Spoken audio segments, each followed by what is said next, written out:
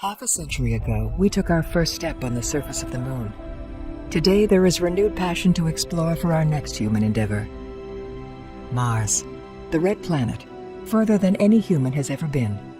We face many challenges: remoteness, no livable atmosphere, high radiation, dust storms, and extremely low temperatures. Before any humans set foot on Mars, we must first design a protective shelter. We will protect our astronauts from radiation with a thick 3D printed shell structure using Martian regolith, which works great in compression but does not perform well under tension. To overcome this shortfall, we have chosen to construct the pressure-retaining parts of the habitat from lightweight inflatable pods. They will be made out of high-precision engineered composites that are prefabricated on Earth. Their elliptoid geometry will be able to mitigate the pressure differences whilst optimizing spatial planning.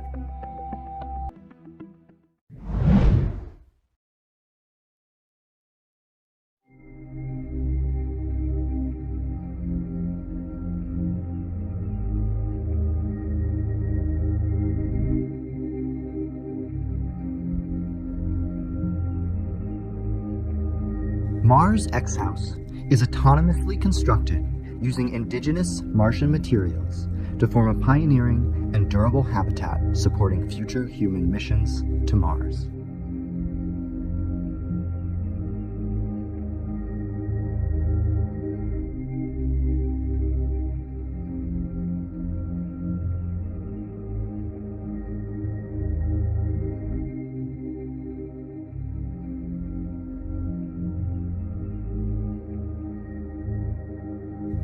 Enclosing an atmosphere of pressure in the near vacuum of Mars is a major design driver for our habitat.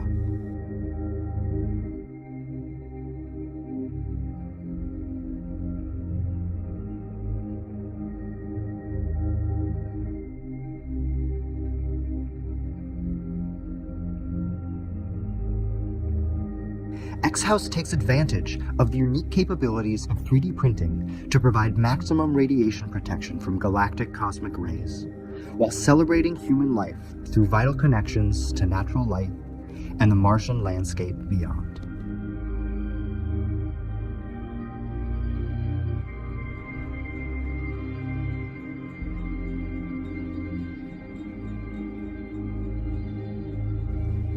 Independent and redundant mechanical zones isolate each laboratory from the living spaces in the event of an emergency.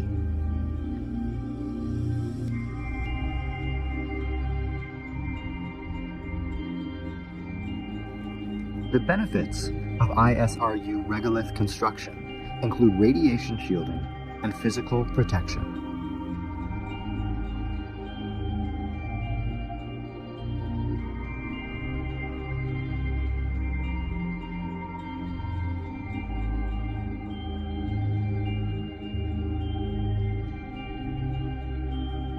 Search's human-centered approach prioritizes safety, redundancy, and the well-being of the crew above the Martian surface.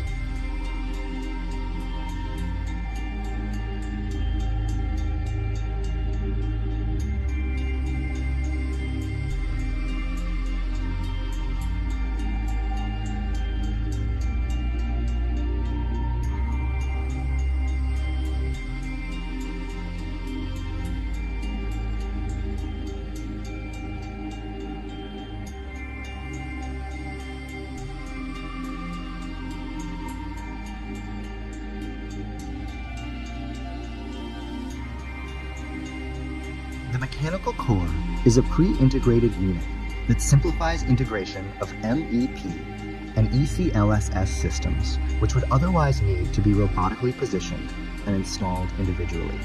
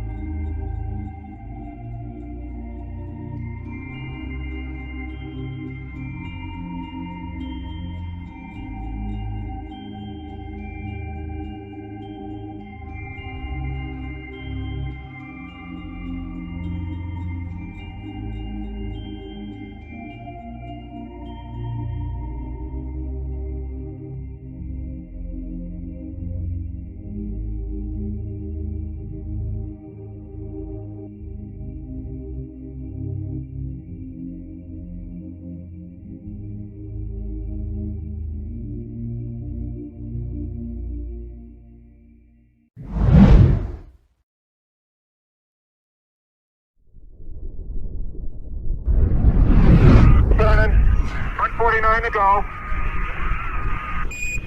John's looking at it out the hatch window. Engine's tracking. Welcome to the Zophorus habitat. The Zophorus 1 mission set out to create a dwelling, a habitat inspired by biology and designed with an easily expandable modular footprint. Prior to construction, tremendous preparation is necessary for the astronauts' arrival. After the lander touches down, rover robots are deployed for regolith collection.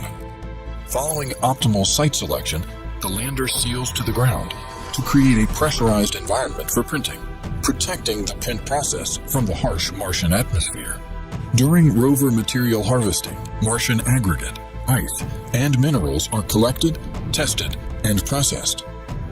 Aggregate mixed with cement, derived from Martian carbonates and water, create concrete suitable for habitat construction. The lander then prepares for the printing phase. Beginning with HDPE, a highly recyclable thermoplastic, the nozzle prints slightly ahead of a second nozzle printing Martian concrete. This method provides the necessary support structure for the 3D print, which enables printing of highly sloped overhangs.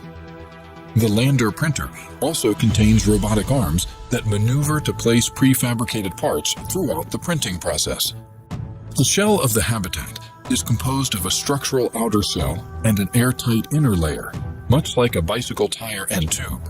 The thick and firm outer Martian concrete shell structurally confines and protects the thin and flexible inner layer of HDPE.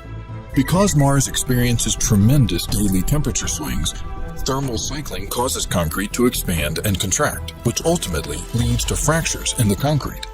To mitigate cracking, the outer surface of the habitat includes a solar-oriented HDPE shading system that shields portions of the concrete shell that are exposed to the longest duration of direct sunlight, significantly reducing the magnitude of thermal stress while minimizing material use. Additionally, the reflective shading layer is integrated into the thermoplastic reinforcement. This reinforcement is used in two different ways. First, the solid thermoplastic strands provide primary structural resistance. Then the secondary strands web inside the shell for binding. Through the main suit hatch is the communal unit. The hatch leads to an interior suit airlock to protect the EVA suits from the Martian environment. This unit is the largest space in the Zophorus habitat and is the primary hub that connects to the other modules. The communal module also serves as the dock for the Mars rover. The mezzanine level, with its natural lighting, expansive views, and surrounding vegetation, provides the crew with an ideal space for social interactions and remote operations control. The hydroponic gardens assist with oxygen production and CO2 absorption. In addition, the external translucent radiation shield can be activated to protect the crew during peak radiation exposure hours. The crew quarters contain 4 bedrooms for rest, leisure, and privacy. Each space contains storage for personal items, emergency pressure suits, and a viewport. The crew unit also contains a sanitation room, equipped with plumbing facilities. The laboratory module provides a flexible space for studying Mars, complete with work surfaces, computer stations, lab equipment, and communications technology. Electrical and plumbing systems are centrally located for easy routing. The lab also features a second rover hut to enable quick loading and unloading of field samples. The Zophorus habitat has the unique ability to grow with the demands of research and crew. The mobile printer is equipped to build and make repairs on site while also serving as a backup pressure vessel in case of an emergency. The Zophorus habitat, building a new way forward for space exploration and human habitation.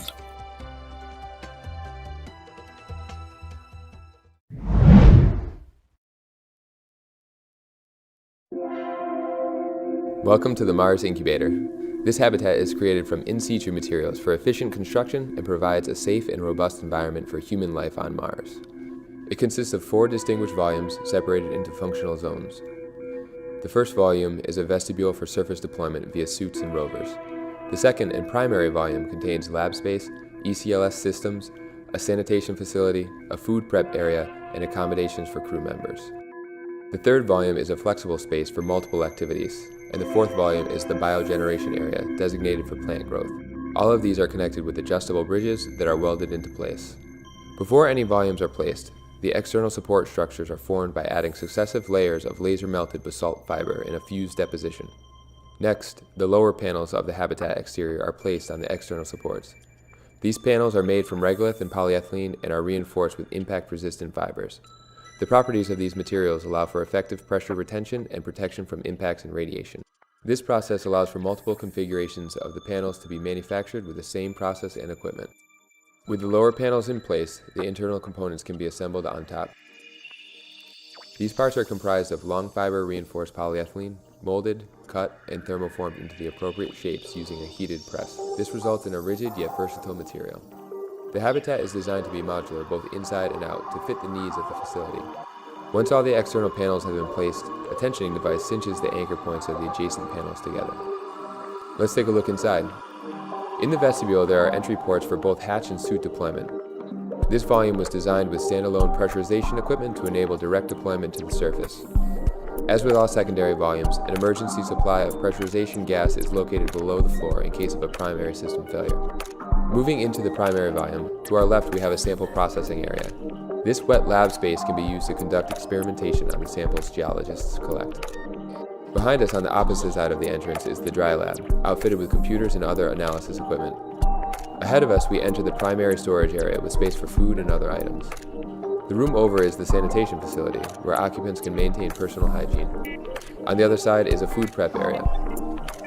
Past that is a multi-purpose volume which can be arranged for communal dining, communication, recreation, and other activities. Progressing upstairs grants access to the biogeneration lab, where we can observe the first plants on Mars. It has extra MEPS capacity to sustain an independent hydrologic cycle for botanical life. At the top of the stairs, we find the crew accommodations and ample room for more storage. Back downstairs, we can take a look at perhaps the most important space. The heart of the habitat is the ECLS system housed on the bottom third of the primary volume. The space below the deck is divided into sections for each of the required operations: HVAC, water management, oxygen generation, and power distribution. The heating and cooling unit pushes air through the habitat and connects to a MEPS board, exposing a heat exchanger to the external environment. The water systems occupy the most space with a freshwater reservoir, a treatment system, and a waste containment volume. The oxygen generation system breathes CO2 and siphons water from the reservoir to produce oxygen for the crew and methane for fuel. Power for the habitat will be drawn from a kilopower installation, connected through a MEPS unit and distributed throughout the volume. The Mars Incubator offers a modular design, efficient construction, and a viable living area for a productive and comfortable mission to Mars.